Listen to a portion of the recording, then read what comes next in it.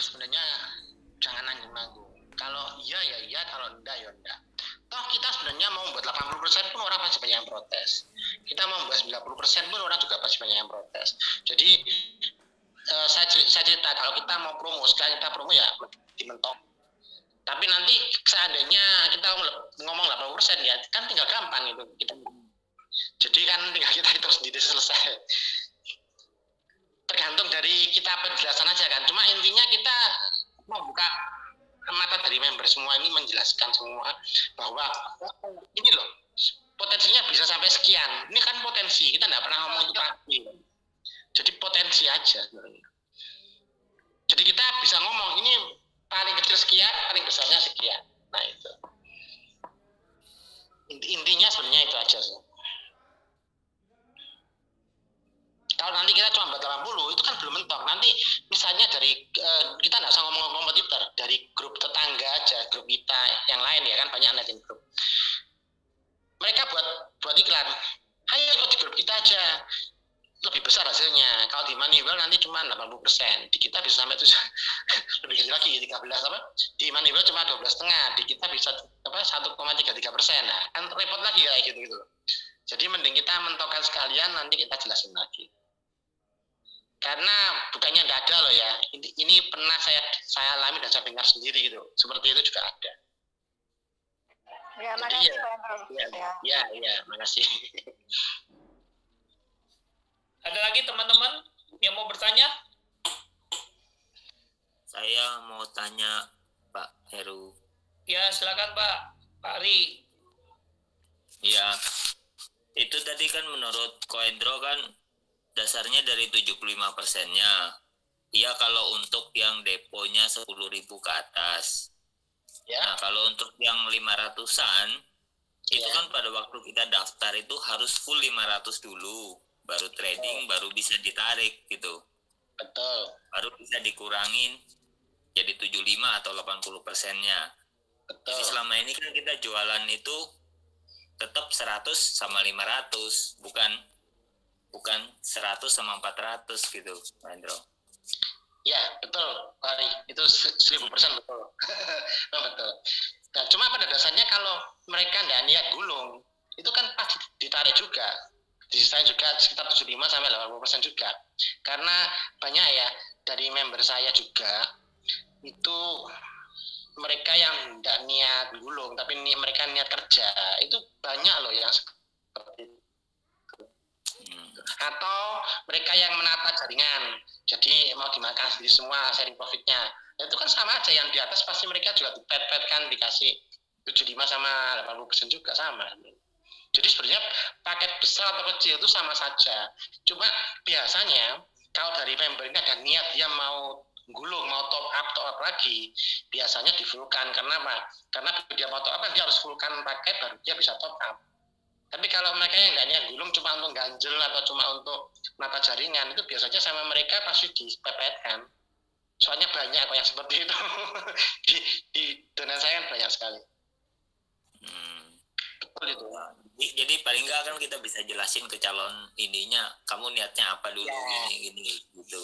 Ya, betul.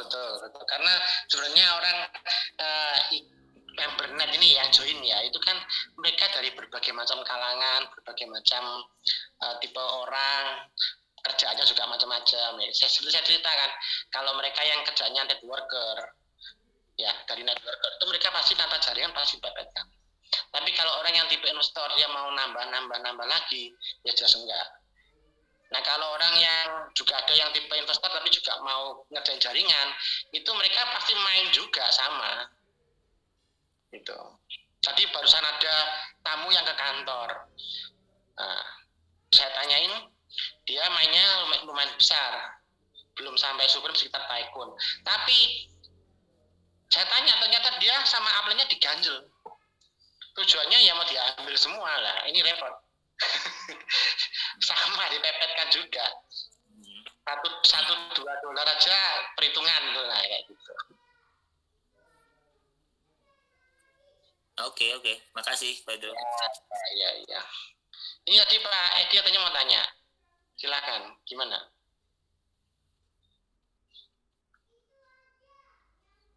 mic-nya tolong dibuka ya, Pak Edi. Iya Pak, selamat malam Pak Indro. Apa Iya, iya. kabar? Baik. Ini kemarin mau dapat kakak Pak, tapi jadi nggak jadi. Kakak ipar saya mau join Pak, tapi dia begitu baca majalah konten hari Sabtu sama hari Minggu tentang bahaya robot trading, dia langsung kasih korannya ke saya. Mungkin kalau Pak Indro sudah sempat membaca, boleh minta pencerahan nggak Pak? Karena di situ banyak sekali hal-hal negatif yang saya tidak bisa membantah dan bingung menjelaskannya. Terima kasih Pak. Ya, mungkin tunggu sebentar ya. Ini kan pembahasannya lagi dipakai. Nanti setelah ini selesai mungkin Ya, kita. baik ya Pak.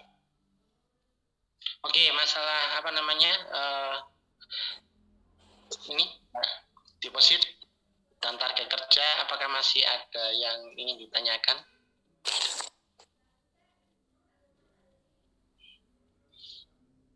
Kalau udah tidak ada, mungkin kita ke pembahasan yang lain berarti ya. Oh, Pak, malam Pak.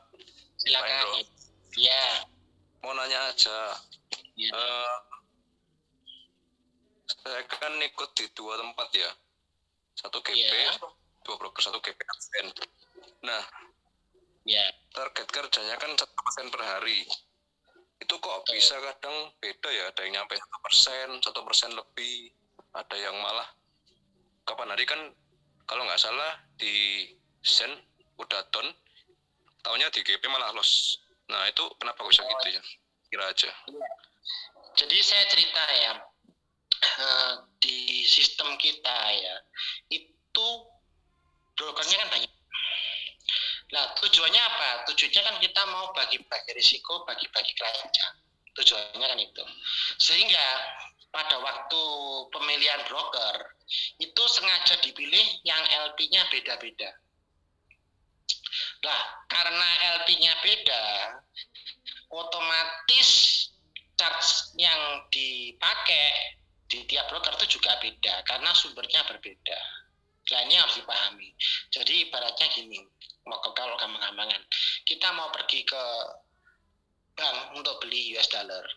Contoh kita pergi ke Citibank, sama kita pergi ke BCA, sama kita pergi ke Bank Mandiri. Itu harganya saya jamin pasti beda-beda semua. Boleh dibuktikan. Nah, kalau saya pikir yang kita beli sama-sama US dollar dan pada hari yang sama. Ya itu jawabnya, karena LP-nya beda antara Bank Mandiri, Citibank, dan BCA.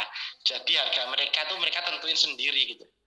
Nah, satu harganya beda, chartnya beda. Kedua, spreadnya juga beda. Nah, spread ini kan biaya. Jadi contoh, kalau GP itu spreadnya dia rata-rata kalau normal itu satu pips atau 10 poin. Kalau di Sen itu sekitar 1,2. Gitu. Nah, di MAC itu 1,4 pip. Nah, karena beda spreadnya, maka hasilnya juga beda. Kadang-kadang yang satu sudah sampai target, yang satu belum. Kenapa? Karena spreadnya lebih besar itu. Kadang-kadang begitu. Tapi bisa jadi yang lebih kecil bisa nyampe lagi dulu. Kenapa? Karena chartnya sudah nyampe, yang satunya masih belum jalan. Karena chartnya beda, bisa juga. Jadi berbagai macam faktor itu penyebabnya. Nah, kalau hari itu ternyata mungkin yang lain sudah, mungkin GP kok belum close, ya karena dia targetnya belum tercapai itu.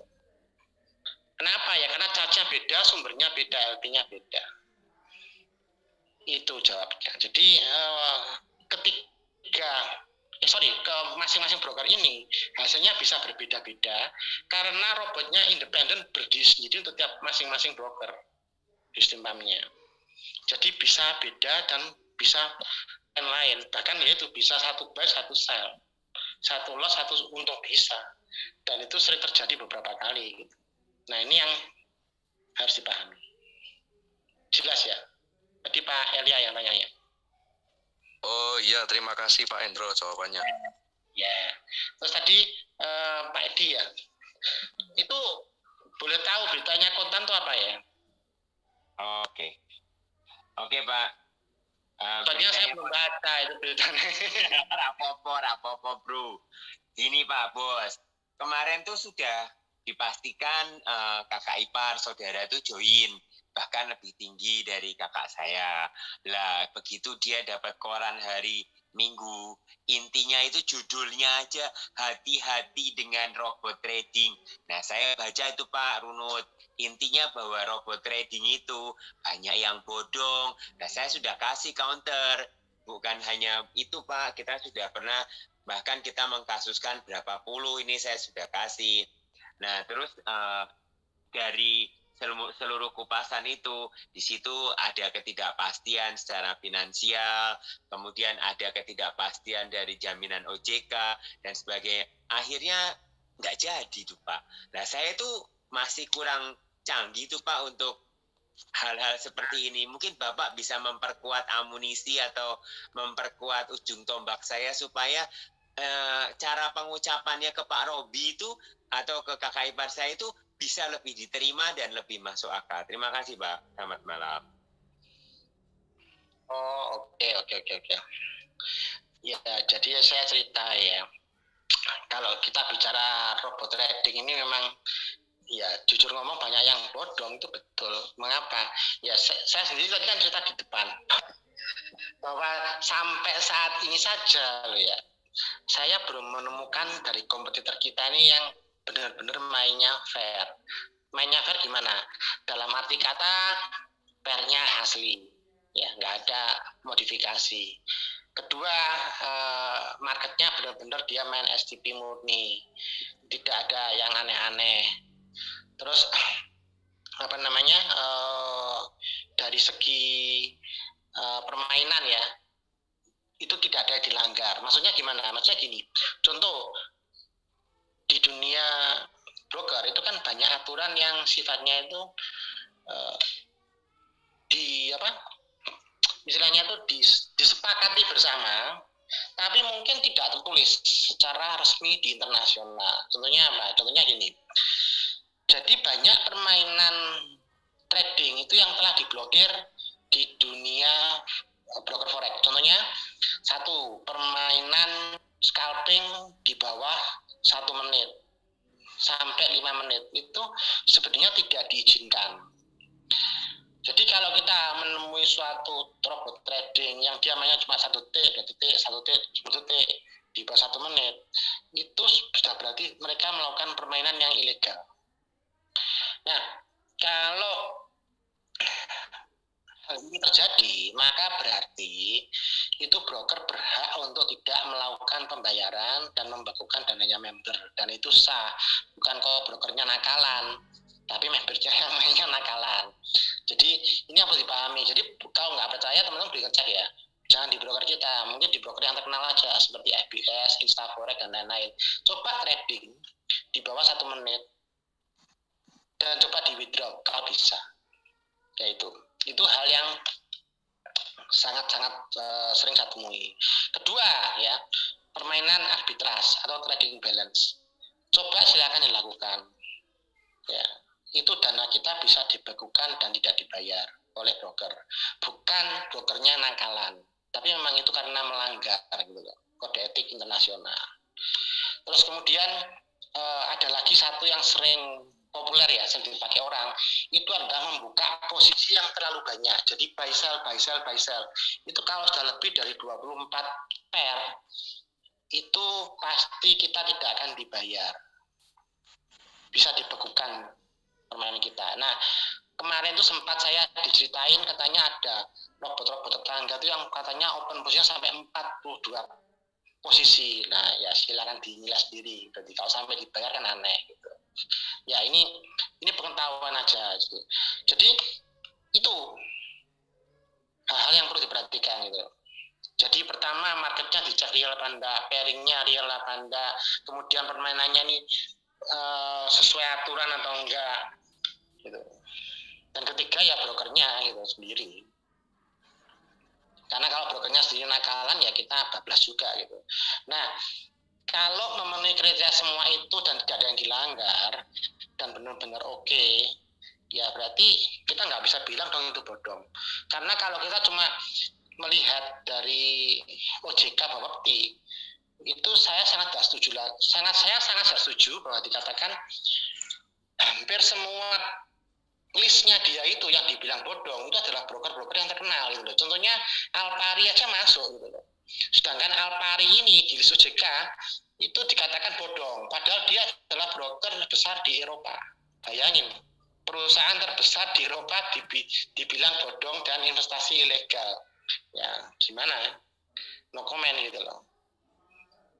Lah mungkin karena terlalu banyaknya hal-hal yang negatif seperti ini, jadi akhirnya orang-orang yang benar-benar mengerjakan dengan baik dan lurus, orang-orang mikirnya jadi jelek juga gitu loh.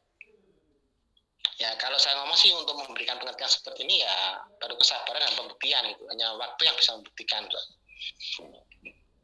Nah ini yang perlu diketahui. Jadi kita tidak bisa sebenarnya serta-merta ngomong ini bodong, ini ilegal sebagainya, karena ya banyak dari listnya OJK yang sebenarnya kita tidak bisa pegang sih. Ya kembali lagi itu perlu waktu dan pengertian yang jelas ke member. Pak, mau motong. Tadi ada yang dijelaskan tentang arbitras, maksudnya seperti apa, mohon maklum soalnya belum terlalu lama join.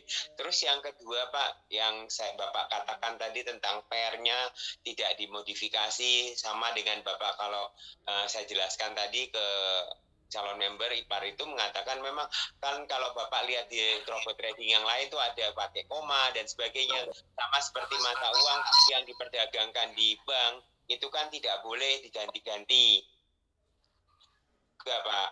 Nah yang saya ingin tambahkan Pak atau tanyakan lagi itu apakah investasi bodong itu sama dengan pengertiannya investasi ilegal, karena menurut dari konten itu intinya lebih mengerucut bahwa robot trading itu secara hukum belum apa ya Pak, intinya bahwa secara hukum itu tidak legal atau tidak sah atau tidak legal ya apa ya, legal itu tidak mempunyai aturan yang legal, tidak sah atau tidak ya gitu deh Pak, pokoknya intinya negatif, sehingga khalayak ramai itu atau masyarakat itu kalau membaca mass media yang cukup punya nama itu akan terpengaruh Pak, apalagi mereka yang belum join. Nah itu pertanyaannya dua, jadi satu, arbitras itu apa, lalu bagaimana kita menyanggah atau kita bukan menyanggah atau lebih meluruskan apa yang diberikan pandangan yang diberikan oleh atau paparan yang diberikan oleh koran tersebut supaya kita bisa masuknya lebih mudah. Terima kasih Pak Endo, selamat malam. Jadi saya ulang lagi ya. Apa itu arbitras atau trading balance? Jadi yang dimaksud dengan arbitras atau trading balance ini kalau saya ngomong bahasa pasar aja yang paling gampang ya, bukan bahasa teknik. Itu adalah adu bandar, adu broker. Jadi kita akan menetapkan dua broker, yang satu kita taruh posisi buy, yang satu kita taruh posisi sell. Biasanya yang diambil itu adalah selisih harga atau kadang-kadang itu adalah bonus dari waktu kita masuk. Jadi intinya apa? Kalau gini kita adu jebres, yang satu best, satu habis, satunya menang, ya sudah selisihnya itu yang diambil. Nah itu dilarang. Kenapa? Karena itu kan merugikan perusahaan. Jadi itu yang dimaksud dengan arbitras atau trading balance. Itu dilarang. Kalau ketahuan itu dana kita akan dibekukan, tidak dibayar, disita semua oleh brokernya. Mau diet. Ada yang bocor ya? Akan disita semua. Makan. Emang dinyati gak mangan. Itu yang dimaksud dengan arbitras. Terus kalau mengenai EA atau robot, jadi saya cerita sebenarnya EA atau robot kalau di Indonesia itu memang merupakan hal yang baru. Jadi di Indonesia itu belum punya aturan baku mengenai EA. Dan EA sendiri di dunia itu memang tidak semua broker menerima EA. Saya ulang ya, tidak semua broker mau menerima EA. Tergantung brokernya. Nah, apakah EA melanggar hukum? Tidak. EA tidak melanggar hukum, cuma aturannya yang belum ada. Jadi Indonesia tidak bisa mendefinisikan apa-apa sebenarnya. Nah itulah. Sama saja dengan kripto. Indonesia nggak punya aturan baku. Jadi kadang-kadang orang ngomong, wah kripto ini juga sesuatu yang menakutkan gini-gini, karena dia belum bisa mengatur sebenarnya. Jadi Indonesia belum punya aturan jelas untuk robot kripto, karena teknologinya belum sampai ke sana. Berarti jadi artinya yang dijabarkan di koran kontan itu yang mengatakan ini tidak legal sebenarnya bukan karena tidak legal karena Belum ada alat aturannya. ini, tapi belum ada regulasinya begitu ya Pak ya? Betul. Oke Pak, terima kasih Pak. Besok saya coba jelaskan kembali. Terima kasih Pak. Kembali ke pembawa acara Pak. Ya, makasih Pak Edi ya. Saya juga mau bertanya Pak Hendro. Ya. Saya mau bertanya di luar dari ini yang tadi. Kan kalau kita MetaTrader itu kan tersambung dengan MQL5 untuk Iya. mengetahui reliability dan algo tradingnya. Nah, di reliability itu kayak kompetitor lain itu ada yang sinyalnya itu hijau full, ada yang warna orange, ada yang mungkin separuh ya. Nah, itu maksudnya apa, Pak Hendro?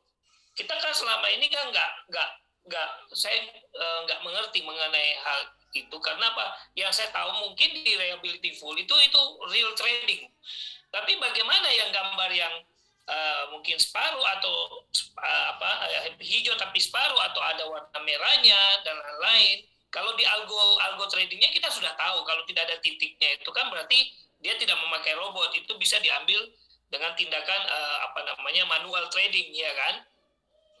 Jadi tapi kalau yang reliability-nya itu maksudnya apa? Warna-warna itu separuh, hijau separuh, kadang ada merah sedikit, nggak sampai ke hijauan gimana? Itu artinya apa? Bagaimana, Pak Hendro? Oke, gini. Jadi sebenarnya ya, kalau yang saya lihat dari trading ya, itu kalau robot atau tidak itu mudah, kita cuma melihat algo gitu aja. Tapi kalau reliability itu kan ibaratnya kan kayak Aktivitasnya. iya, itu keabsahannya itu kan dinilai dari satu ya mungkin robotnya juga, terus kemudian dari profitnya, dari semua itu istilahnya saya belum punya definisi khusus untuk reliability. Makanya jujur ngomong di trading ini saya belum pernah membahas detail gitu. Tapi kalau yang kita pentingkan di reportnya MQ5 itu adalah kalau dia bicara robotnya ada enggak, intinya gitu. Kalau robotnya enggak ada, kita mau bahas reliability buat apa gitu. Iya, betul. Jadi selama ini saya jujur belum pernah membahas reliability karena parameternya jujur ngomong nggak jelas. Bukan salah satu hal yang teknik itu bukan. Jadi bukan berarti kalau reliability itu pasti real trading, pasti STP itu sama sekali bukan sih. Jadi kalau teman-teman cek ya, sekarang DNA contoh ya, saya ngomong DNA sebelum mereka aja langsung. Itu reliability-nya bagus, padahal dia nggak real market gitu. Mana bisa real market? Dia buat mata uang sendiri, mau dijual ke market, mana ada yang mau beli gitu. Ada yang mau terima itu. Tapi keluar semua, algonya keluar, reliability-nya keluar. Bukan berarti dia STP loh ya, bukan. Tapi kalau di algo tradingnya ada, tapi reliability-nya pakai robot. warna merah, bagaimana? Jadi gini, saya lebih ngomong ke parameter yang gampang kita ukur, gampang kita lihat aja ya. Jadi pertama cek pair dulu. Kalau pairnya sudah nggak normal, berarti sudah pasti dia membuat mata uang sendiri. Kalau dia membuat mata uang sendiri, bagaimana dia bisa menjual mata uangnya ini ke bank atau ke market internasional? Siapa yang mau terima? Satu.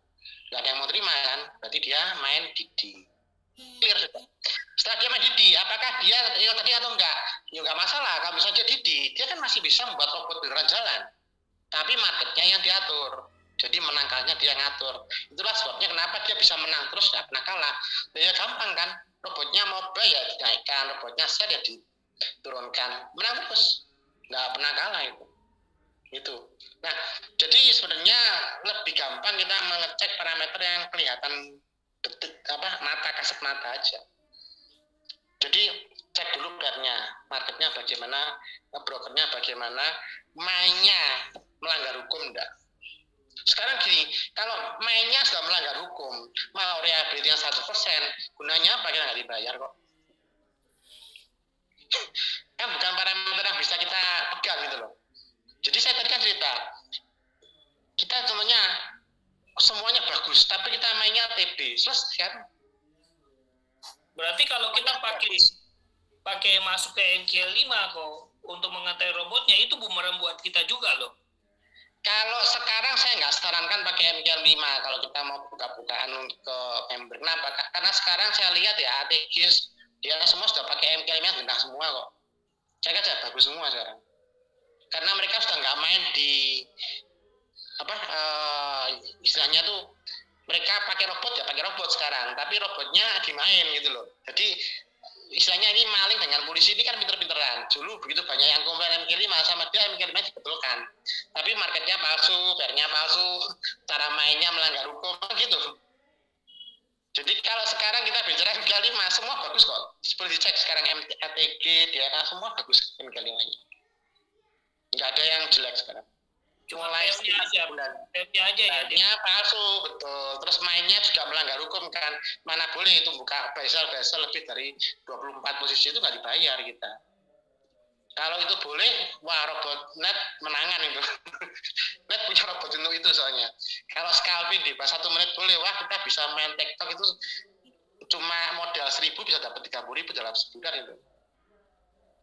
Pakai robotnya net canggih sekali itu kalau boleh mechanical tradingnya jalan. Jadi saya cerita teknik rahasia yang dapat dibuka adalah mechanical trading. Nah kalau itu dibuka boleh ya amblas semua. Iya. Jadi lebih baik sekarang kita cek raw materialnya, dasarnya dulu. Itu semua dilanggar ya percuma ngomongnya yang lain-lain. Jelas ya? Iya, Pak. Thank you, Kak.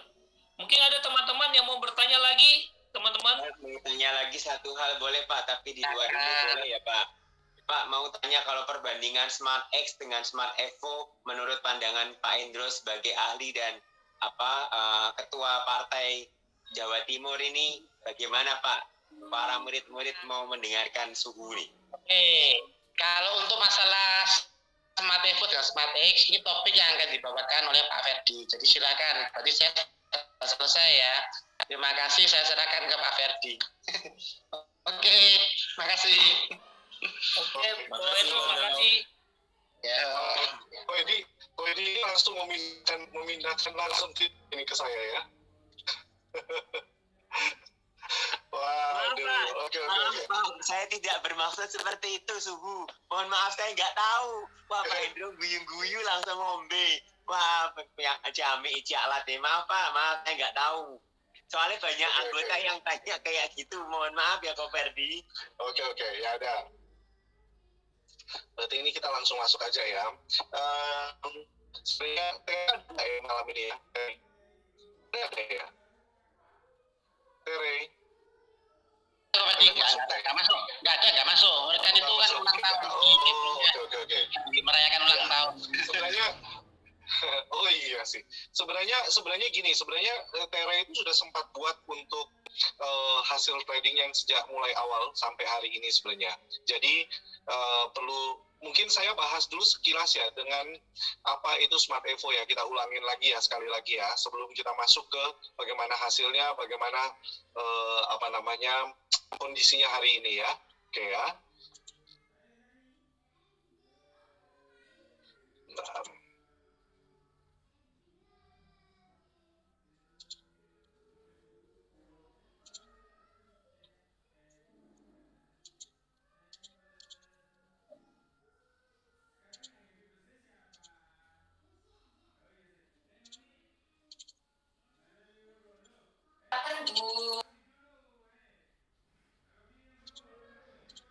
Oke.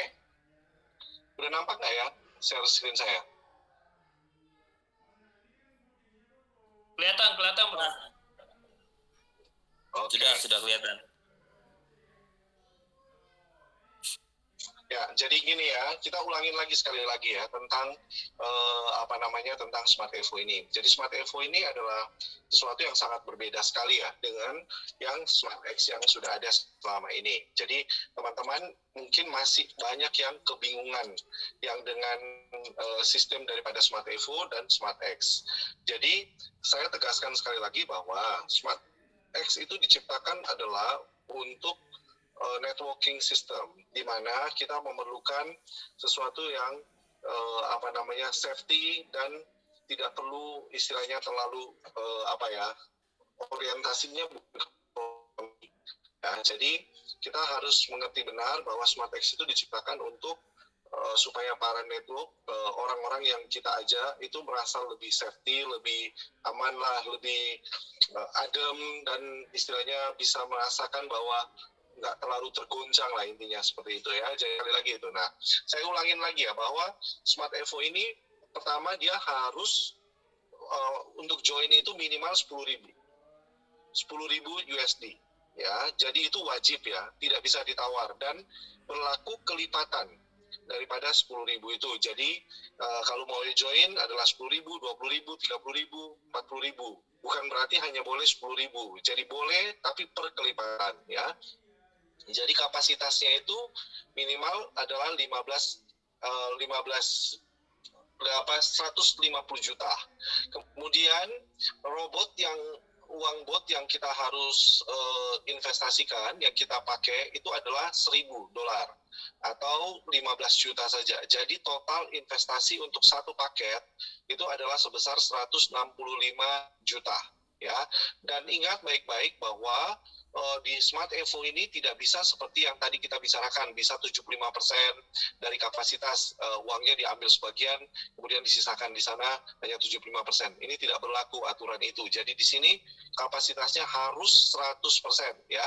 Ingat baik-baik, ini jangan sampai salah. Nanti salah jelasin ke yang yang join bisa salah, bisa hangus itu kapasitasnya. Kemudian target kerjanya daripada Smart Evo ini adalah 0,5 sampai 5% per hari ya teman-teman, 0,5 sampai 5%. Jadi kalau kita kan yang Smart X itu target kerjanya kan adalah 1%. Kalau ini itu 0,5 sampai 5 ya. Oke, kemudian softwarenya ini kita pakai multiply entry dan multiply pair. Jadi dia bisa masuk itu beberapa pair, beberapa entry juga. Jadi bisa buy, sell, rata-rata selama ini yang saya lihat itu kurang lebih sekitar 2 sampai 3 saja ya.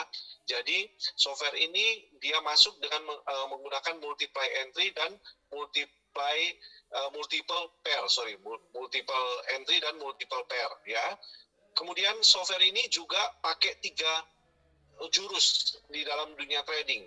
Yang pertama averaging dan martingale. Jadi tiga-tiganya dipakai semua. Jadi kalau dia lihat kondisi marketnya bisa di averaging, dia akan averaging. Kalau kondisi marketnya harus di hedging, dia hedging. Nah, apa ini averaging, hedging, dan martingale ini? Ini harus kita mengenal dulu di dalam dunia trading. Ini kalau teman mau tahu, bisa juga cari di YouTube, sebenarnya banyak ya. Oke, kemudian profit share-nya sudah ditentukan adalah 70-30. Ini banyak sekali pertanyaan ke saya. Bagaimana kalau saya masuknya sudah 50.000? Misalnya deponya sudah 50.000. Apakah profit share-nya jadi 90-10? Jawabannya tidak, tetap 70-30 ya. Teman-teman harus pahami ini ya. Nah, kemudian leverage ini adalah rasio ya. Jadi leverage ini satu yang digunakan itu 1/500. Artinya ini sangat kecil sekali. Makanya bot ini mempersiapkan untuk ketika terjadi ada floating ya. Kenapa begitu? Karena di sini ini tidak ada cut loss, hanya ada floating only. Jadi bisa terjadi floating. Seperti kayak yang hari ini trading yang dilakukan oleh Smart Evo itu masih ada yang floating dari kemarin. Nah, jadi teman-teman kalau mau lihat sebenarnya boleh nanti bisa pinjam investor password ya, bisa pinjam, nanti bisa hubungi leadernya masing-masing. Kemudian broker yang kita pakai itu hanya bisa di BLA FX, jadi tidak bisa di broker Max Global, tidak bisa di Centrate, dan juga tidak bisa di Global Premier. Itu pastikan ya, saya pastikan.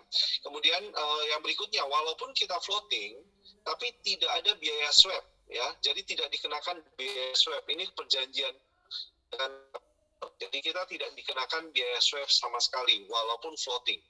Biasanya yang masalah itu adalah biaya swap ini cukup besar. Makanya itu kalau terjadi floating itu cukup resiko besar gitu loh. Nah, kemudian resikonya bisa mencapai 100% dari total equity. Artinya bisa nggak terjadi MC? Bisa saja. Kalau terjadi floatingnya itu sampai 100% daripada modal kita. Itu bisa saja terjadi. Kemudian penarikan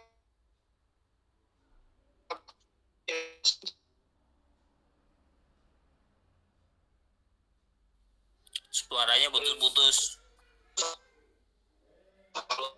Suaranya hilang, Pak. Pak Ferdi, maaf, suaranya hilang. Sekarang sudah? Ya, Pak. Sudah, Pak. Oke, ya. Nah, penarikan itu bisa tetap kita lakukan walaupun masih ada floating, ya. Jadi walaupun tradingnya masih floating, kita tetap bisa melakukan WD di akun BlaFX kita. Kemudian profit share itu akan dihitung berdasarkan transaksi yang sudah di-close. Jadi artinya apa? Setiap transaksi selesai, langsung terjadi bagi hasil.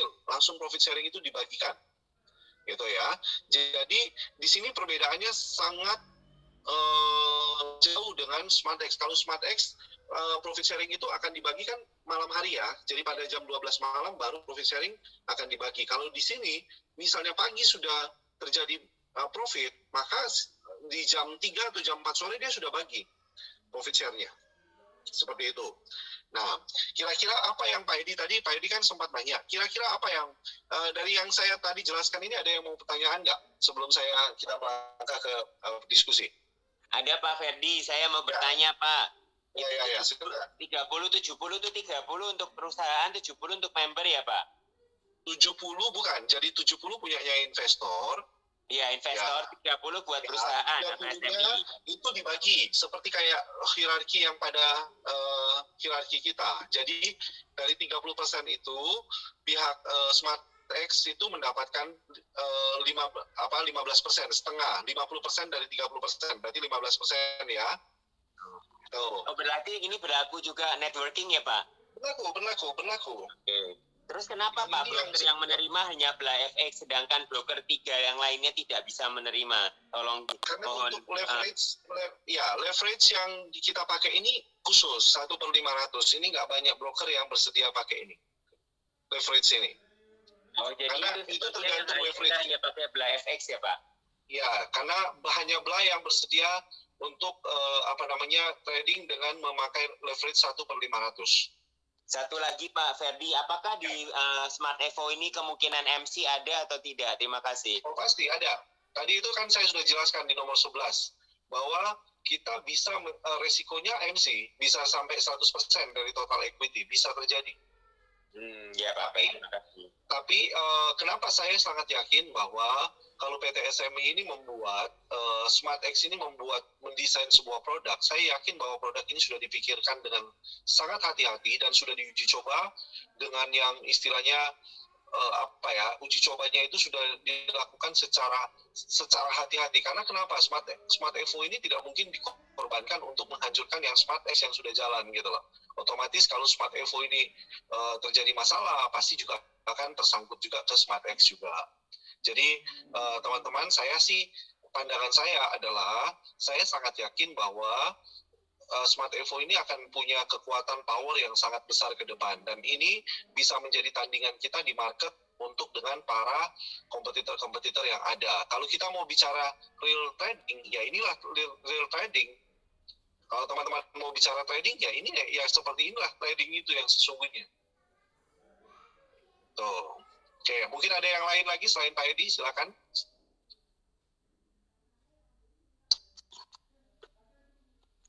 Teman-teman yang lain yang mau bertanya, tolong.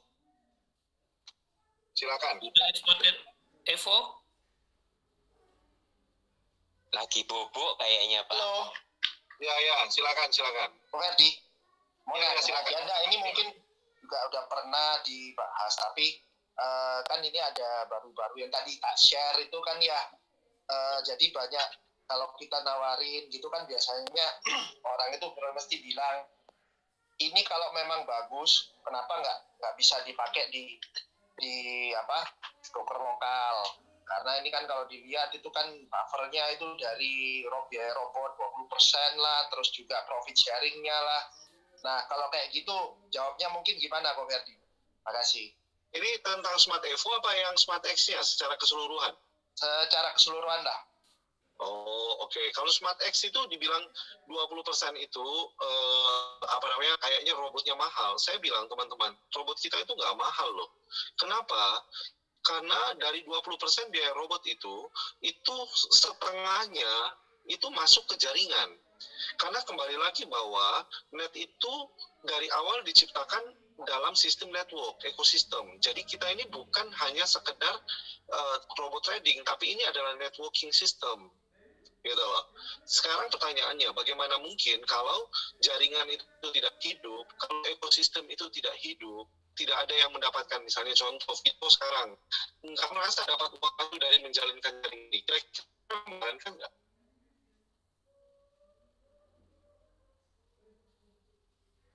Halo. Kira-kira teman-teman di sini putus-putus Ko Ferdi, sorry. Ya, kalau misalnya kita ini termasuk itu saya dan semua yang menjalankan jaringan. Kalau seandainya dapat waktu dari kita menjalankan jaringan, dia menjalankan hanya mengandalkan trading saja.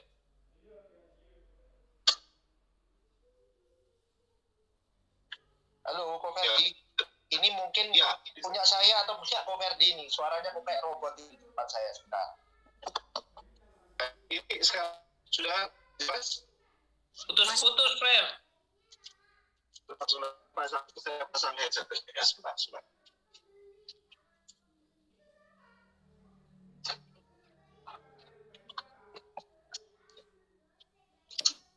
Oke, ya. Dengar suara saya? Oke. Ya. Jadi gini, kalau pertanyaan saya tadi kepada Vito dan semua teman-teman yang ada di sini, kalau misalnya secara jaringan kita nggak mendapatkan apa-apa, kira-kira apa Vito dan kita semua di sini bersedia hari ini tetap menjalankan bisnis ini? Pertanyaan saya, kita nggak boleh munafik kan? Ya, betul. Nah, jadi kuncinya ada yang juga bertanya begini ke saya. Loh, kan saya nggak mau jalankan jaringan, saya hanya investasi saja. Ya, kamu siapa suruh kamu nggak jalankan jaringannya? Ini disediakan kok. Kan kembali lagi bahwa net ini tidak diciptakan hanya untuk orang pasif. Kalau kamu mau pasif, kamu harus memasang istilahnya dana yang cukup besar, baru itu bisa pasif di sini, baru kamu bisa menikmati secara pasif. Dari mana yang eksekutif trader ke atas, baru kamu akan terasa secara uangnya walaupun kamu pasif gitu loh. Tapi kalau kamu dengan $500, terus kamu mau pasif, dengan cara apa ya kira-kira? Kalau perusahaan ini semuanya dengan $500 semua pasif, saya yakin perusahaan ini nggak akan berkembang, nggak akan seperti hari ini. Kira-kira begitu. Jadi biaya robot itu saya bilang bukan nggak mahal, karena itu hanya setengah aja dari harga. Dan apalagi dia bantu kita setiap hari, diawasi dan lain sebagainya. Itu semua nggak murah, dan kemudian kita itu memakai pump system itu teman-teman perlu tahu ya bahwa itu semua dibayar, itu ada biaya sewanya, itu bukan gratis gitu loh. Gitu loh kira-kira. Bisa terjawab nggak Vito? Ya, terus itu kok yang dia bilang ini sih habis dikirimin video YouTube juga ya dari target juga kan ya itu dia ngomong kalau misalnya memang bagus ini kan dia bilang kenapa nggak dipakai? Nah, dia bilang bisa dipakai ke broker lokal sama itu trader internasional namanya Jim Simmons lah. Nah, kalau memang bagus, kenapa dia nggak berani taruh di sini atau dipakai di broker-broker lain? Nah, ngomongnya seperti itu kok. Oke. Itu sudah pernah kita bahas berulang kali sebenarnya di sini. Jadi, ketika net ini memulai sistem ini, kita itu kan menggunakan pump system. Dan di dunia ini, tidak banyak yang menggunakan pump system. Apa artinya pump system itu? Itu kan sistemnya server dalam server. Itu pertama. Kedua, sistem bagi hasil kita itu di level broker. Nah, banyak yang broker-broker lokal terutama, bukan kita nggak mau loh, kita mau aja, tapi mereka yang tidak bersedia untuk memakai pump system, dan itu pembagian hasilnya itu dilakukan di level broker gitu loh. Mereka yang banyak broker tidak bersedia, mereka maunya hasil trading itu diberikan dulu ke perusahaan gitu loh, nanti perusahaan yang bagi. Dan itu yang terjadi pada banyak bot yang ada sekarang ini.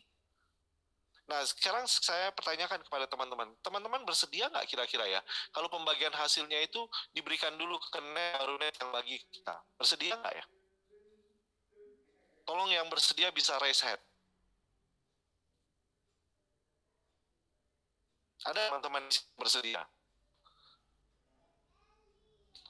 Yang menjalankan jaringan terutama.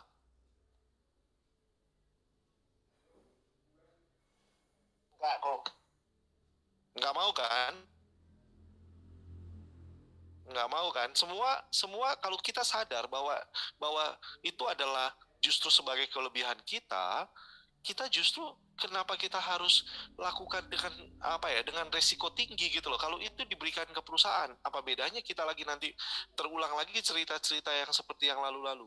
Jujur kalau profit sharing itu dibagikan ke perusahaan, ke net dulu baru net yang bagikan ke kita. Sorry, saya hari ini saya nggak di net. Saya nggak akan join di net. Gitu loh. Bisa ngerti ya, Vito ya, maksudnya ya. Jadi problem kita itu karena dengan pump system. Tidak semua broker bersedia bekerja sama dengan sistem pump itu. Gitu.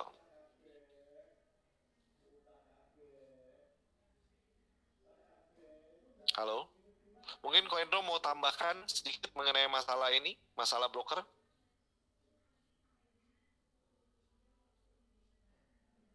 Koendro? Koendro terputus paling. Oh, Koendro terputus ya? Koendro makan malam. Oh ya. Oke. Ya udah. Jadi teman-teman bisa jelas ya, sudah cukup jelas ya dengan apa yang saya jelaskan tadi ya. Kalau ada yang belum puas silakan bisa angkat tangan, bisa. Ya, oke, terima kasih ya. Oke, silakan lagi yang lain. Kalau ada lagi teman-teman yang masih bingung, masih belum ada kendala-kendala di lapangan, apa yang jadi pertanyaan yang belum bisa jawab, silakan malam hari ini kita pakai kesempatan untuk bahas apapun yang kendala teman-teman ada di lapangan. Mungkin teman-teman yang bertanya nggak? Boleh. Ya, silakan. Exchanger itu ketika ada seseorang yang withdraw, ya. Apakah sistemnya udah otomatis ya gitu, sehingga karena kan gini, membernya net kan makin lama makin banyak gitu pasti. Ya. Terus kemudian kan kalau kita hitung aja, katakanlah 50%-nya withdraw di hari yang sama gitu kan, pasti kan ternyata banyak ya gitu. Ya. Nah, kalau sistemnya nggak otomatis gitu, apakah tidak timbul human error ya gitu? Apakah sistemnya sudah otomatis atau gimana gitu untuk ya mengurangi kekhawatiran khususnya yang member baru ya, kok lama withdrawnya begitu sih. Oke, saya sekalian jawab ini ya, masalah pertanyaan Kobudi ini tentang withdraw. Oke, saya minta teman-teman di sini semua di sini jaringan daripada Moneywells kan? Ada nggak ya? Teman-teman ada yang bukan dari jaringan Moneywells? Tolong angkat tangan. Ada nggak? Nggak ada, semua ya? Ya. Semua ya Moneywells, oke. Ya, saya jawab begini. Itu juga yang mungkin teman-teman sudah terima pemberitahuan di grup mengenai masalah bahwa kita kalau mau WD memakai JM Exchanger, kita meminta agar teman-teman bisa menggunakan kode unik di belakang dengan memberikan tambahan angka 1. Jadi misalnya contoh, kalau kita mau WD berarti $11, $21, $31, misalnya kayak begitu. Kira-kira teman-teman paham nggak ini kenapa? Ada nggak yang masih bingung dengan ini? Jelaskan lagi aja, Ko. Ya, oke. Saya jelaskan lagi ya. Jadi, kenapa kita kasih kode itu angka 1 di belakang? Jadi, di JM Exchanger ini ada sebuah kendala yang terjadi hari-hari terakhir ini. Kenapa seperti itu? JM Exchanger dia harus independen. Dia harus terima semua permohonan WD. Ya, semua submission WD withdrawal dari manapun harus terima. Dia tidak bisa menolak itu. Ya, itu satu yang harus dipahami dulu ya.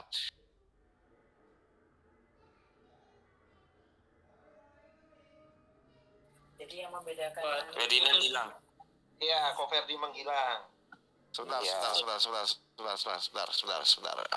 Sudah ya. Lanjut. Oke ya. Ya. Jadi ada semua WD yang masuk itu harus diterima oleh pihak JM Exchanger. Sehingga terjadi penumpukan yang sangat luar biasa. Kenapa ini bisa terjadi penumpukan? Dulunya tidak terjadi seperti ini. Dulunya hampir merata kepada semua exchanger yang lain. Nah, ketika kita selidiki satu persatu, ternyata dari jaringan yang lain, itu mereka sekarang untuk setiap orang yang WD, itu mereka bayarnya bukan via transfer, tetapi dengan dibayarkan pakai voucher untuk ke Indodax. Ya, jadi voucher itu harus diklaimkan ke Indodax. Ya, itu yang terjadi dengan beberapa istilahnya jaringan yang lain ya, selain jaringannya dari Endro dari Moneywells ini. Sehingga mereka memberi information di dalam WAG group mereka, WhatsApp group mereka. Jadi kalau yang masih mau narik via cash itu yang terima itu hanya JM Exchanger sekarang gitu loh. Sehingga berbondong-bondong lah dari tim yang lain untuk ketika mereka melakukan WD, mereka WD-nya ke JM Exchanger, gitu loh maksudnya. Sehingga terjadilah penumpukan itu yang sangat luar biasa. Nah, untuk mengantisipasi itu, kita maksudnya mencari solusi. Salah satu solusi yang kita merasakan bahwa ini bisa dipakai untuk sementara adalah teman-teman dari Moneywells itu ketika melakukan WD, kalau mau cepat, dengan memberikan coding 1 di belakangnya, maka itu akan diproses mendapatkan prioritas utama dari JM Exchanger untuk diproses. Nah, yang tidak menggunakan coding, yang tidak menggunakan angka 1 di belakangnya, apakah tidak diproses? Tetap juga diproses, tapi mengikuti antrian, gitu loh Ko Budi. Ko Budi bisa jelas nggak ini? Jelas, Pak. Ya, jadi kalau yang tidak menggunakan angka coding itu ya diproses tetap tapi mengikuti antrian ya, jadi gitu ya. Jadi tolong juga disampaikan di sini yang leader tolong juga bisa disampaikan pada para member-membernya juga gitu kira-kira. Ya Codingnya itu berarti kalau misalnya kita WD 30 jadi 31 gitu ya kok? Ya betul. Kalau masih bisa cukup saldonya, tapi jangan dipaksakan gitu loh. Misalnya, wah ini mepet banget ya, terus kita maksa jadi 31 malah robot hangus misalnya. Jangan gitu. Oke. Pokoknya belakangnya 1 ya kok ya? Ya belakangnya 1 ya. Makanya kenapa pemberitahuan ini kita tidak broadcast, karena kita khawatirkan bahwa ini nanti akan bocor juga ke tim yang lain. Terus apa bedanya kalau begitu gitu loh kita pakai ini. Saya kemarin sudah coba 3 kali ya, saya coba dengan menggunakan coding dan itu sangat cepat sekali. Jadi saya jadi gini, 2 saya coding, 1 saya tidak coding. Yang masuk itu duluan yang coding, jauh lebih cepat yang coding. Ya, yang saya pikirkan malah begini Pak Ferdinand. Ya.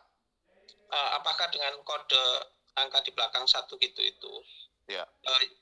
Yang mengerjakan itu sistem apa orang gitu? Nah, kalau tetap. orang kan tetap ya ada humannya. errornya itu kan tinggi gitu loh. Kalau pekerjaan itu banyak sekali gitu.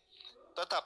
Jadi gini, saya kasih tahu bahwa ini tetap masuk ke komputer. Mereka menggunakan komputer kan masuknya. Jadi ketika ada WD itu akan muncul di akan muncul di dalam sistemnya mereka. Jadi mereka sudah menggunakan sistem juga gitu loh. Ketika WD, ini siapa yang melakukan WD lebih awal. Misalnya Kobudi lebih dulu dari saya misalnya. Kobudi akan masuk di daftar itu di paling atas. Mereka akan memproses itu berdasarkan FIFO. Oke. Jadi siapa yang masuk duluan yang diproses lebih dulu. Oke. Gitu ya. Oke, bisa terjawab ya, Pak Budi ya. Oke, makasih. Ya, silakan yang lainnya. Mungkin ada teman-teman yang kendala waktu permulaan prospek ke klien, bagaimana memulainya, mungkin bisa tanya langsung sama Bro Ferdinand ya.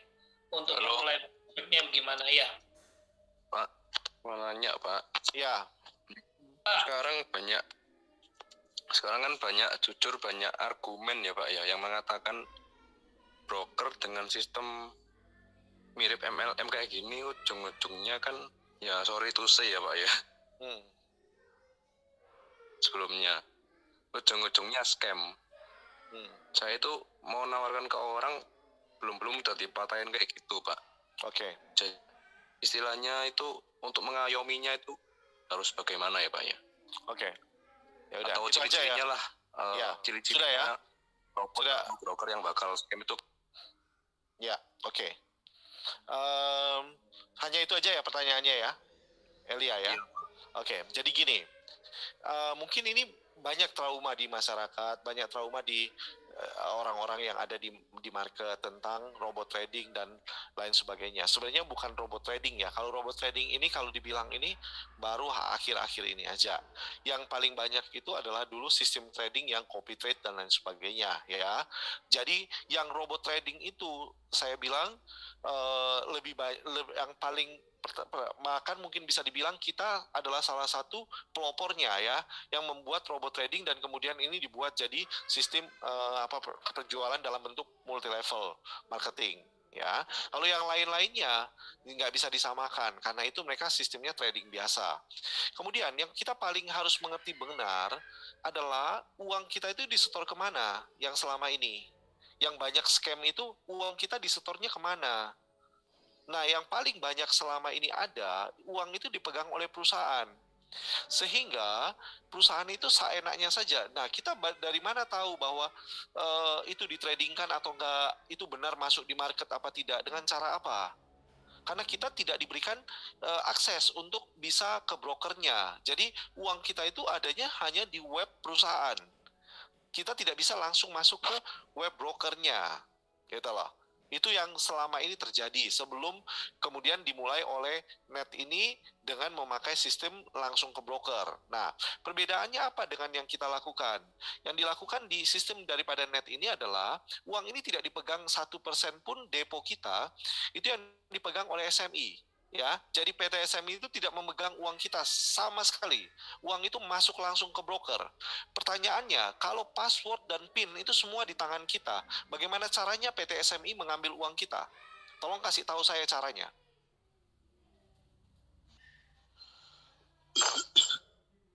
Elia, bisa masih dengar, masih monitor?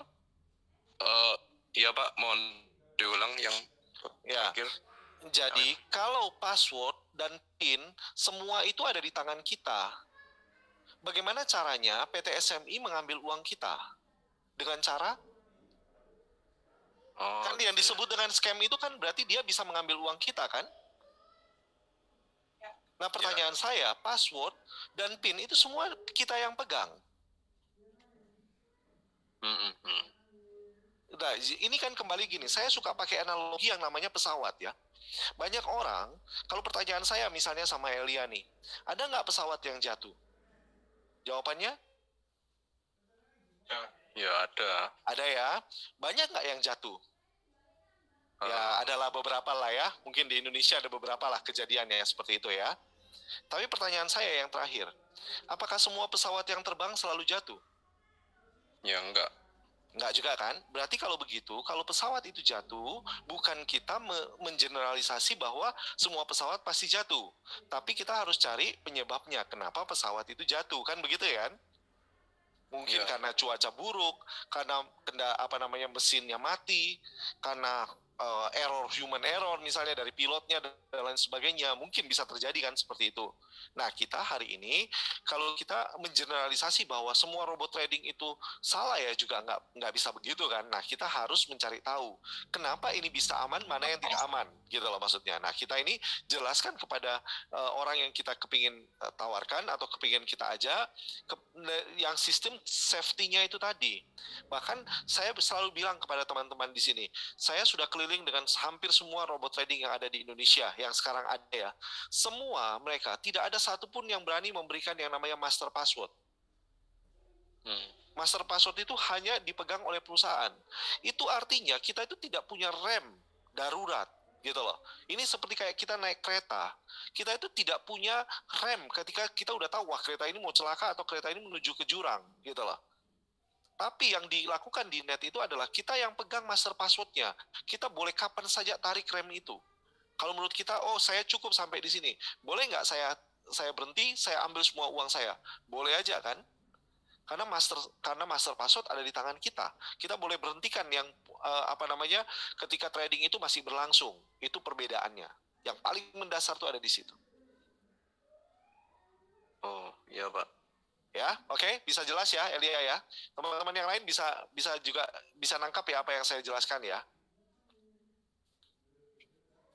Oke, terima kasih ya Elia. Terima kasih Pak. Ya, sama-sama. Oke, silakan yang lain. Mungkin satu pertanyaan terakhir ya. Ada lagi teman-teman? Saya Kak Fedi. Oh Ya, iya, waduh Pak Seto yang nanya. Wah, saya susah ini jawab kalau Pak Seto. Jangan nanya dulu deh. Silakan. Yang pertama syarat masuk kan? Ya. Jadi MLM itu merupakan teknik marketing. Ya. Ada orang yang biaya promosinya itu dialihkan kepada teknik marketing MLM. MLM itu kan asalnya dari mode of mood, ya mom, dari mulut ke mulut. Mulut ke mulut, mode on mode. Dari mulut ke mulut. Ya. Kalau bahasa Indonesia MLM mulut lewat mulut kan itu. Ya. Nah, kenapa kok memilih seperti itu? Karena biaya promosi yang katakan ada kan kemarin ada usul dibuat apa itu papan yang tinggi besar atau yang pinggir jalan berapa miliar itu dan bagaimana gitu ya, lewat TV dan sebagainya. Nah itu diarahkan kepada jaringan namanya strategi MLM. Nah kalau digeneralisasi bahwa MLM itu ujung-ujungnya bohong, nah itu yang ngomong itu nggak ngerti marketing. Itu karena itu teknik marketing. Ya, betul Pak. Nah, kebetulan si Net 89 memilih tekniknya MLM pemasarannya. Jadi nggak boleh digeneralisasi kalau MLM ujungnya bohong. Itu nggak boleh. Terus yang kedua ini usul lagi Pak Fedi. Ya. Kalau saya mempelajari teman-teman ya memperhatikan dari beberapa pertemuan, ini perlu dibuatkan semacam teknik deteksi robot gitu ya. Jadi kalau kan kita ini market leader, Net itu kan market leader trading robot di Indonesia. Dan namanya market leader itu semua musuh, semua kompetitor nembak Net. Itu sudah rumusnya nggak boleh kok nembakin saya sih nggak boleh. Ya memang seperti itu rumusnya. Iya. Challenger-nya, nature-nya, challenger penantangnya. Katakan challenger sekarang yang terdekat DNA, yang ditembak juga Net. Iya. Yang kecil-kecil nature-nya ya yang ditembak juga Net. Nah, saya pengen khususnya di Bedwell ini, Moneywell ini, teman-teman dibekali apa yang dikatakan Ko Hendro tadi. Satu lembar aja singkatan, misalkan robot yang benar, deteksinya robot yang benar, per mata uangnya harus begini, alasannya ini. Yang kedua, arbitrase nggak boleh dilarang, alasannya arbitrase itu apa tuh? Ini sell buy dibeli semuanya, alasannya ini. Terus waktu trading minimal 5%, nah itu dikali maksimum 24 per atau tambah ke tadi master password dipegang. Nah itu dibuat ya kayak yang itu yang tabel yang dibuat Kopedi itu ditambah satu halaman atau apa isinya itu gitu. Sehingga kalau diserang itu jawabnya cuma itu aja, nggak ada yang lain kan. Oke, ya Pak. Nah, kalau itu udah tinggal jawab itu udah aman dah. Oh jangan ambil ini per mata uangnya itu Pak, ini bohong. Nah, cuma gitu aja. Lu ini lo mainnya 24 kali, ini melanggar. Nah, cuma gitu aja. Oke. Ya, jadi ini mungkin Pak Seto belum sempat lihat di grup ya. Jadi proyek kita ke depannya memang kita akan buat itu dalam bentuk video, Pak. Justru lebih akan bentuknya langsung YouTube, langsung kita akan masukkan itu di YouTube. Jadi biar semua orang juga tahu. Jadi nanti kita akan berikan link itu daftar ya. Maksudnya orang kalau pertanyaannya tentang ini kita sudah buatkan ini gitu misalnya. Jawabannya ini di sini gitu loh misalnya. Dan itu kita akan pakai yang jawab itu juga para leader-leader yang maksudnya mengerti benar tentang hal itu gitu loh. Jadi bukan hanya asal-asalan saja, Pak. Jadi itu proyek kita sudah kerjakan sekarang sudah ada mungkin 2-3 video. Jadi tunggu saja, kita akan edarkan dalam waktu singkat. Ya, semua tentang deteksi yang tadi Bapak bilang tentang deteksi robot itu abal-abal dan lain sebagainya, semua kita akan keluarkan semua, Pak. Oke. Kita akan kasih tapi dalam bentuk video. Kenapa kita nggak kasih dalam bentuk kertas? Karena orang sekarang lebih suka nonton video. Kita akan buatkan dalam bentuk videonya langsung. Jadi lebih detail penjelasannya. Oke, nggak masalah itu masalah teknis saja. Yang penting ya, tapi begitu. Yes, kita sudah pikirkan itu Pak, dan kita lagi laksanakan proyek itu. Oke, sip. Ya, oke, terima kasih ya Pak. Buat saran dan ininya. Oke, terima kasih. Ada lagi teman-teman? Teman-teman, siapa lagi yang mau bertanya? Oh, ini ada pertanyaan. Itu di pertanyaan apa itu Ko Heru? Oh, ini apa nggak bisa yang dipastikan seperti, maksudnya apa ya? Apa nggak bisa yang dipastikan seperti di Smart X ya? Ini Kesia Winata mungkin itu maksudnya ya? Ya, Smart Evo. Oke, Kesia mungkin bisa hidupkan mic-nya mungkin supaya kita lebih ada interaksi lebih enak. Oh iya malam Pak, sorry. Ya malam, ya nggak apa-apa. Bu Kesia ini dari mana ya? Bu Kesia ini dari jaringannya siapa? Boleh tahu? Dari Pak David. Pak David, Budi Dharma? Enggak, Pak David Winarta. Oh Winarta, Bali ya? Bali ya? Oke, ya Bu Kesia. Oke. Kan ini kalau yang di Smart Evo kan memang saya baca resikonya 100% bisa juga hilang kan gitu kan. Ya, betul Pak. Betul Bu Kesia.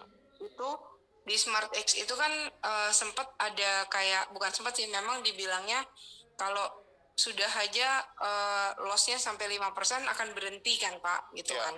Nah, apakah di Smart Evo itu tidak bisa dibuat ketentuan seperti itu ya Pak? Oke, gini ya, saya jelaskan ini agak teknis gitu loh Bu Kesia. Jadi kalau kita tidak kasih disclaimer itu, maka kita akan diserang habis-habisan. Yang disebut dengan floating system, semua yang namanya floating system berarti bisa punya peluang, bisa MC Bu. Kalau kita misalnya bilang begini, oh di kita tidak mungkin MC, tapi kita memakai floating trading, itu tidak mungkin Bu. Kita akan diketawain gitu loh maksudnya. Itu apa ya? Saya bilang satu kiri dan satu kanan gitu loh maksudnya. Itu nggak bisa.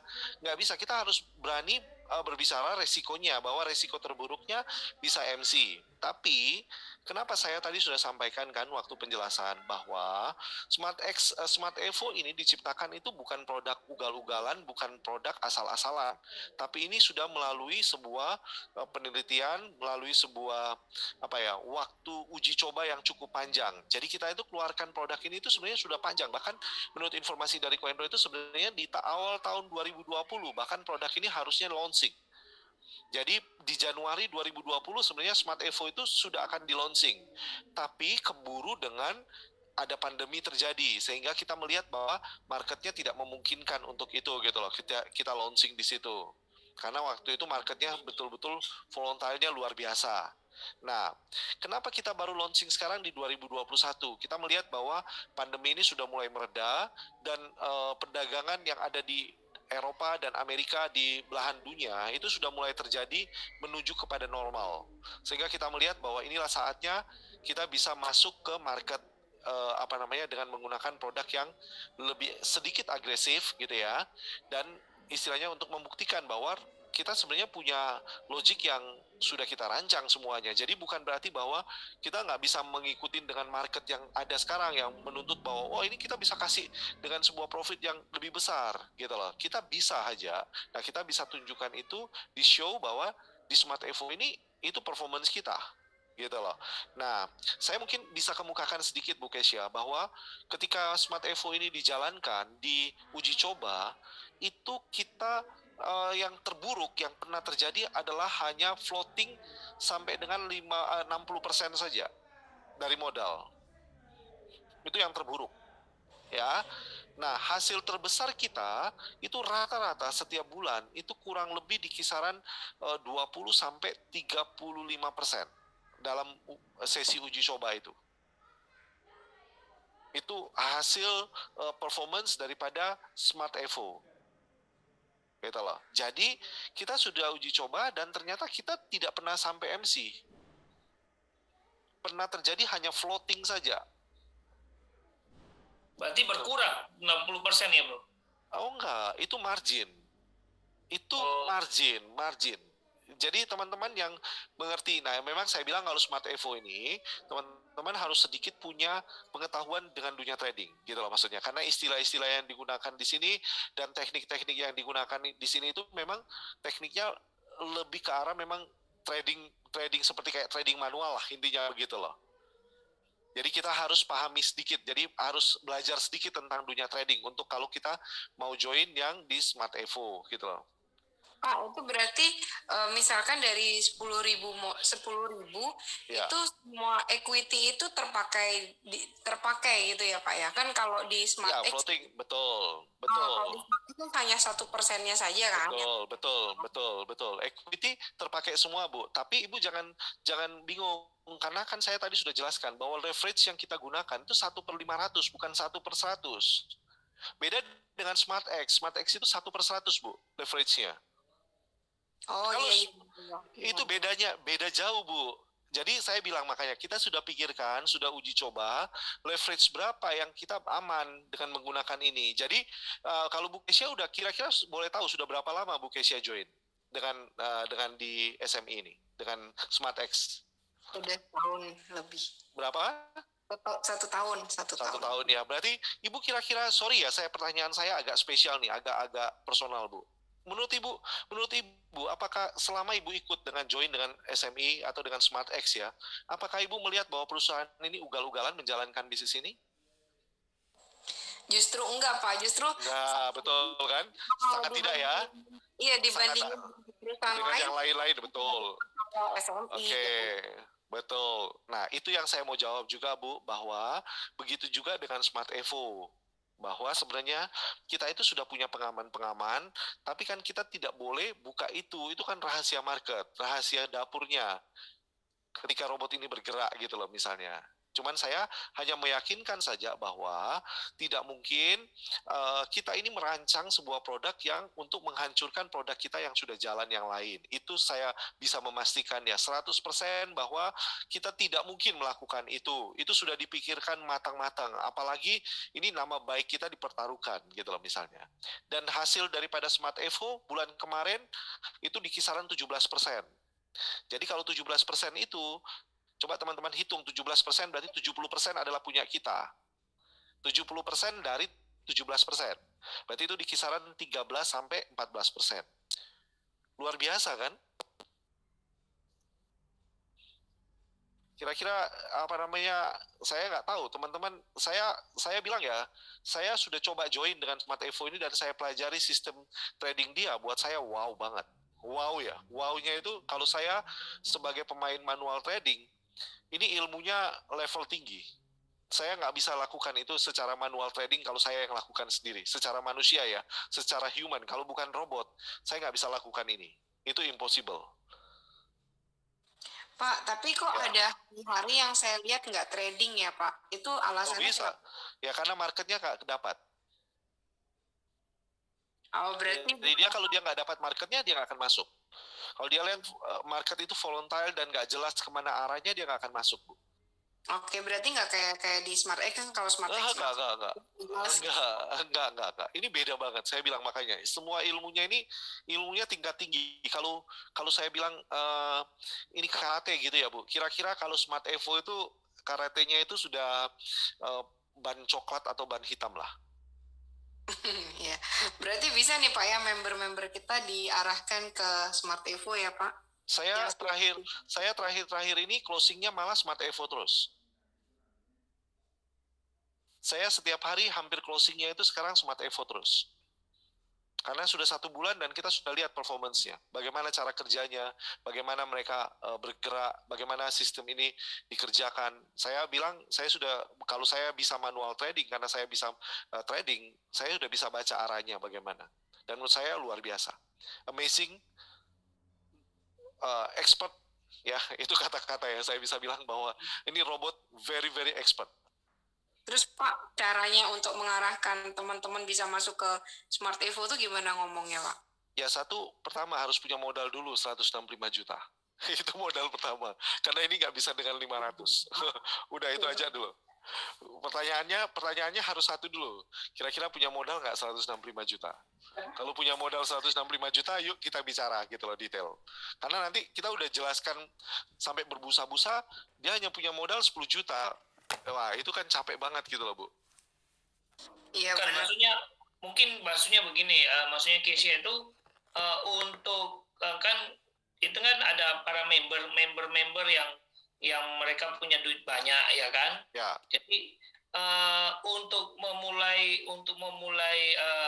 menjelaskan itu bagaimana, Bro?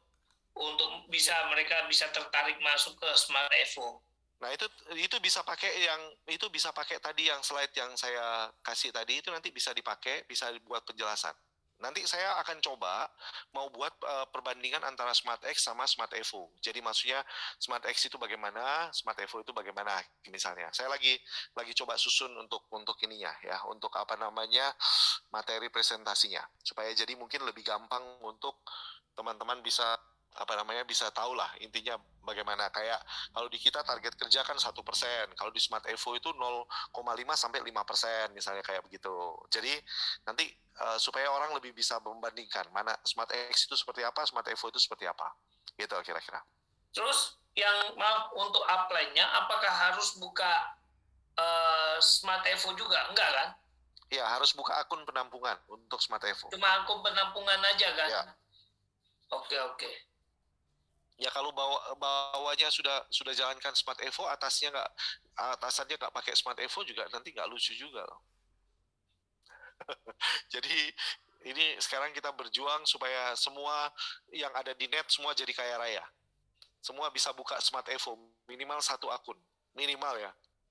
Saya berdoa semua teman-teman yang malam hari ini hadir, semua bisa punya dana yang ekstra, yang cukup, dan bisa rasakan manfaat daripada produk ini. Amin.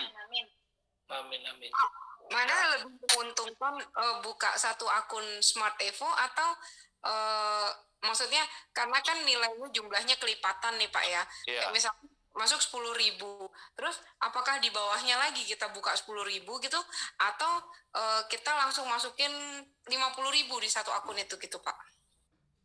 Wah, itu saya nggak berani jawab di sini, Bu. Nanti Ibu boleh tanyakan secara personal kepada leader Ibu ya. Saya nggak berani jawab di sini, Bu. Nanti nggak enak nanti. Itu teknisnya saya sarankan Bu Kesia langsung ke leadernya ya, Bu ya. Nanti saya disalahkan soalnya, Bu. Nanti kalau saya jelaskannya, saya nggak berani, itu sensitif soalnya, Bu. I'm so sorry. Thank you so much, Pak. Thank you so much. Ya. Oke. Gitu ya, Bu Kesia. Makasih ya. Pak, boleh nanya, Pak? Ya, boleh Pak Franz. Kebetulan kameranya ini problem nih, jadi nggak keluar kameranya. Saya ingin nanya, Pak, kalau untuk Smart Evo ya, misalnya hypothetically floating loss, misalnya 100 anggap dah 500 Pak. Jangan nanggung-nanggung Pak. Kalau 10.000 500 deh. Ya misalnya gitu. Ya. Nah, itu apakah masih bisa diteruskan? Apakah robotnya hangus atau gimana Pak? Kalau kita misalnya nggak top up misalnya, atau gimana Pak? Oke, jadi gini Pak, di Smart Evo itu ketika floating itu terjadi karena position yang daripada botnya, Bapak nggak usah khawatir. Bapak, jadi gini, kita itu hanya margin saja yang berkurang, tapi dana kita, kalau Bapak lihat nanti, misalnya Bapak buka di webnya ya, misalnya, itu tetap 10.000 gitu loh Pak. Misalnya Bapak udah ada profit di 10.200 misalnya contoh ya. Ini lagi floating loss misalnya $500 ini misalnya ya Pak ya. Apakah boleh nggak saya narik yang $200-nya? Boleh Pak. Oke. Jadi tidak ada hubungannya dengan masalah floatingnya dia mau di berapa. Saya ambil yang ekstrim sekalipun, anggaplah ya Pak, lagi floating $5.000 nih misalnya. Boleh nggak saya ada untung 1.000 saya tarik 1.000-nya? Boleh banget Pak. Oke. Gitu ya Pak Franz? Ya, terima kasih Pak. Oke, ya sama-sama Pak. Oke, ada lagi? Kalau nggak ada? Ya, silakan. Iya, Pak ya. Tadi bilang kalau ada floating 5.000, ada untung 1.000, 1.000-nya boleh ditarik berarti? Boleh. Meskipun floatingnya 5.000. Oh iya, saya tadi bicara ekstrim, tapi nggak pernah terjadi itu. Tapi saya bilang bicara ekstrim. Oh, ya berarti narik profitnya itu bisa setiap saat. Setiap saat. Yes, betul sekali. Terus profit sharingnya itu cuma 70-30 itu aja? Ya, 70-30. 70-30 di lock di 70-30. Tidak ada lagi. Oh ya. Tahu.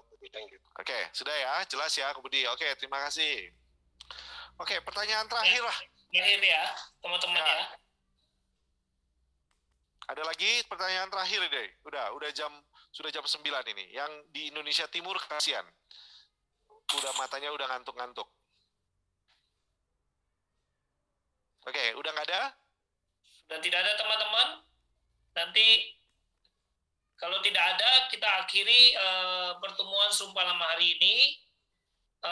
Terima kasih buat Ko Hendro dan Bro Ferdinand yang sudah menjelaskan begitu banyak dan begitu gamblang. Mungkin hari Kamis ya. Hari Kamis ya, kita ada setiap Kamis ada BOP ya. Nanti teman-teman bisa undang ya. Oke, kalau gitu. Oke, makasih teman-teman. Semuanya salam sukses selalu di Net 89 ya. Kita bareng-bareng sukses ya. Terima kasih Ko Hendro. Terima kasih Bro. Terima kasih. Sampai ketemu lagi. Thank you. Terima kasih. Bro Ferdi, Bro Heru. Semuanya. Terima kasih semuanya. Terima kasih semuanya.